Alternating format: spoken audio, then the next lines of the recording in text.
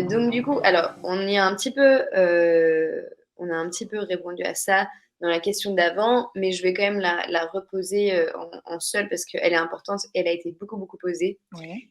Idem, il y a une pression sur le temps. Après l'accouchement, quand est-ce qu'on peut faire l'amour sans danger, sans douleur, et quel est le délai pour reprendre la pénétration? Ouais. Alors sans danger et sans douleur, ça c'est 2 choses, différentes. Sans danger déjà, bah, on peut reprendre les rapports intimes, quand vous en avez envie. C'est-à-dire que là, je parle de rapports intimes, qu'est-ce qu'on y met, quoi? Les caresses, les baisers, ça vous pouvez reprendre. Alors après, quand on parle de pénétration, souvent déjà, on va dire, bah, voilà, faut laisser le temps, au corps de se remettre un petit peu en place, surtout quand il y a des cicatrices, bah, d'épisiotomie ou de, césarienne. C'est clair qu'il faut attendre que le corps cicatrise, il en a quand même besoin. Par rapport à la pénétration aussi, si on pense à une sexualité pénétrative, c'est déjà de se dire: «Est-ce que j'en ai envie? Est-ce que je suis prête? Est-ce qu'on en a discuté au sein de ma relation si on est dans un couple hétérosexuel? Est-ce qu'on a une contraception adaptée?» Ça, on n'y pense pas forcément non plus tout le temps.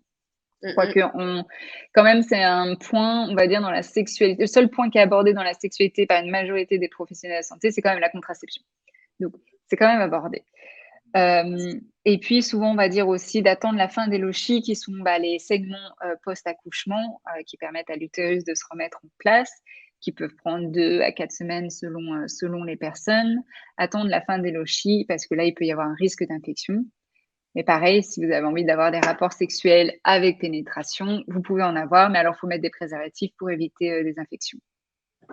OK. En gros, voilà, mais le plus important, c'est d'en avoir envie, d'avoir communiqué ça dans le couple et de voir aussi, bah, tiens, repenser aussi, tiens, de quelle manière, on a envie, d'avoir, cette sexualité et sans douleur, bah, déjà tout ce qu'on a dit avant, ça rentre, ça aide aussi dans le sans douleur, mais le sans douleur, ça va aussi dépendre souvent, un des impacts, c'est, hem, ça peut être l'épisiotomie, mais pas forcément, mais c'est souvent plutôt l'appréhension, la peur d'avoir mal qui fait qu'on a mal.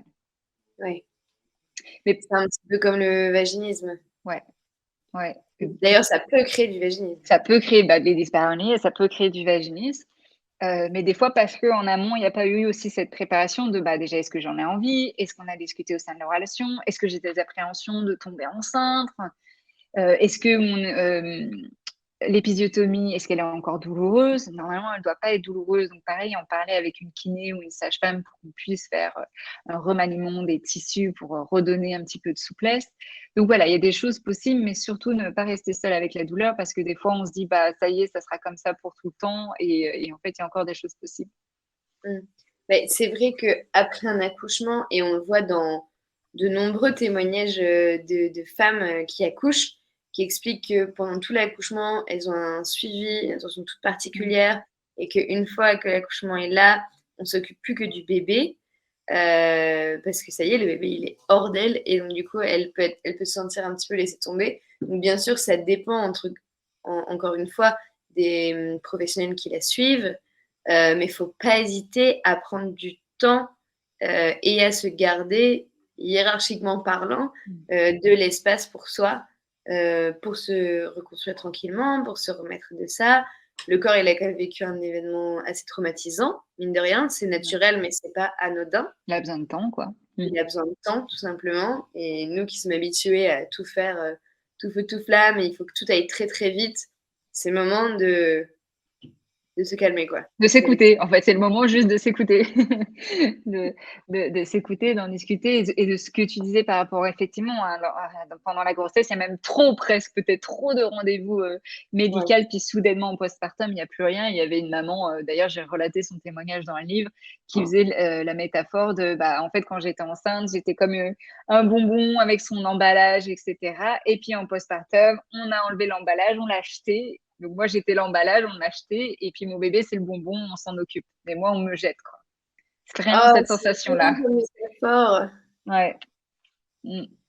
OK, Donc je il y a comprends. besoin on a besoin de remettre du care dans le postpartum et j'ai de l'espoir enfin, il y a des choses qui se mettent quand même en place. Oui, Lentement, mais ça se met en place et donc j'ai de l'espoir dans ça, mais il faut remettre du care dans le postpartum, ouais. oui, je suis d'accord avec toi, Camille. Good, c'est bien.